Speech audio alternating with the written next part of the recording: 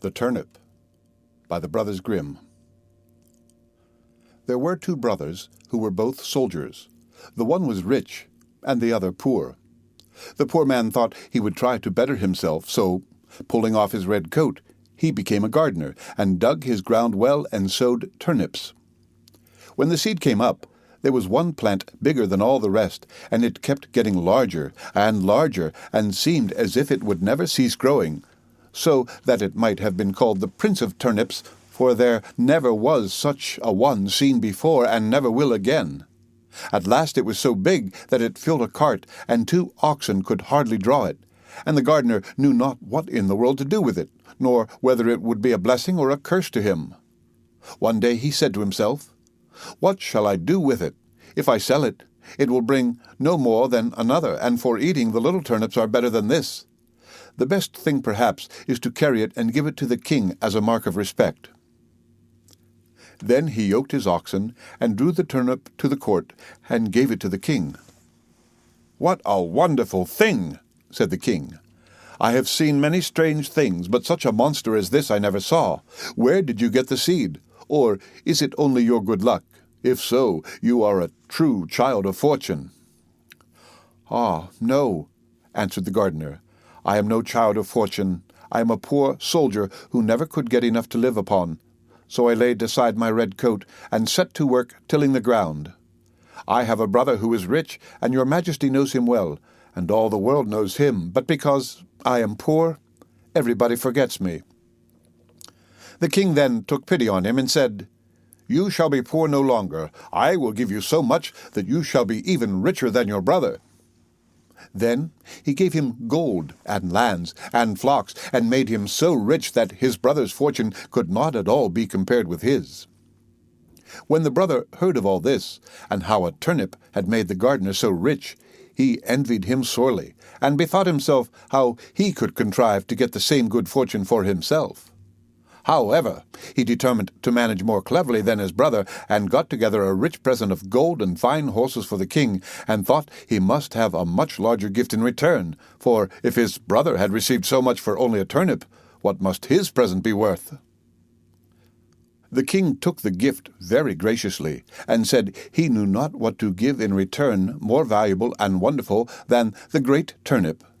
So the soldier was forced to put it into a cart, and drag it home with him.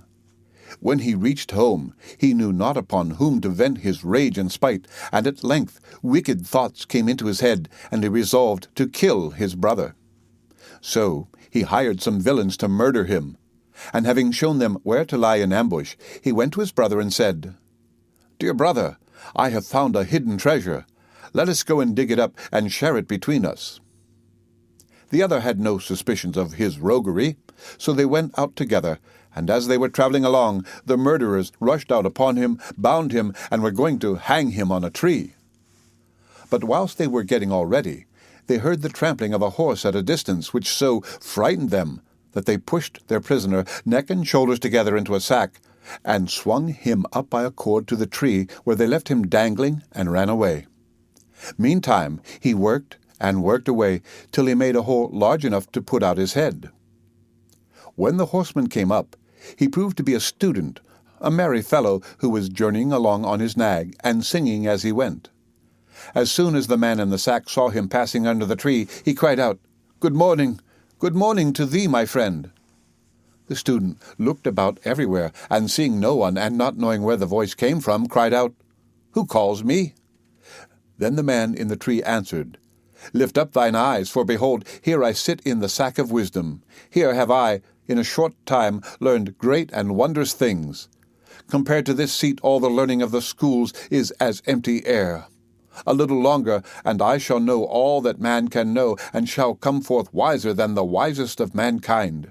Here I discern the signs and motions of the heavens and the stars, the laws that control the winds, the number of the sands on the seashore, the healing of the sick, the virtues of all simples, of birds and of precious stones. Wert thou but once here, my friend, thou wouldst feel and own the power of knowledge." The student listened to all this, and wondered much. At last he said, "Blessed be the day and hour when I found you. Cannot you contrive to let me into the sack for a little while?"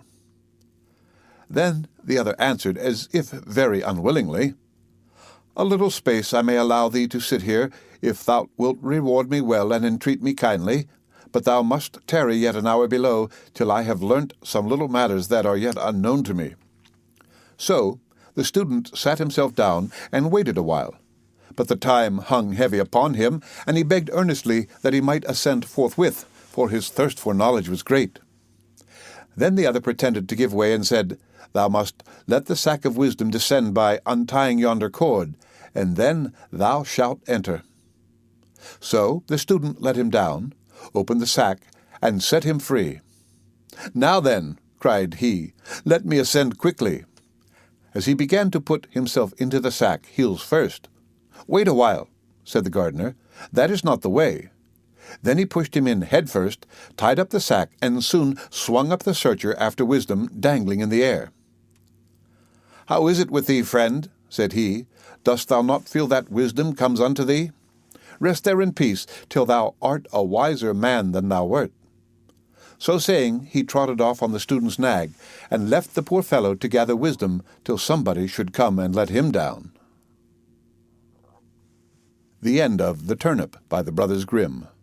Read by Rick Kishner for Let to Go on the web at fcit.usf.edu.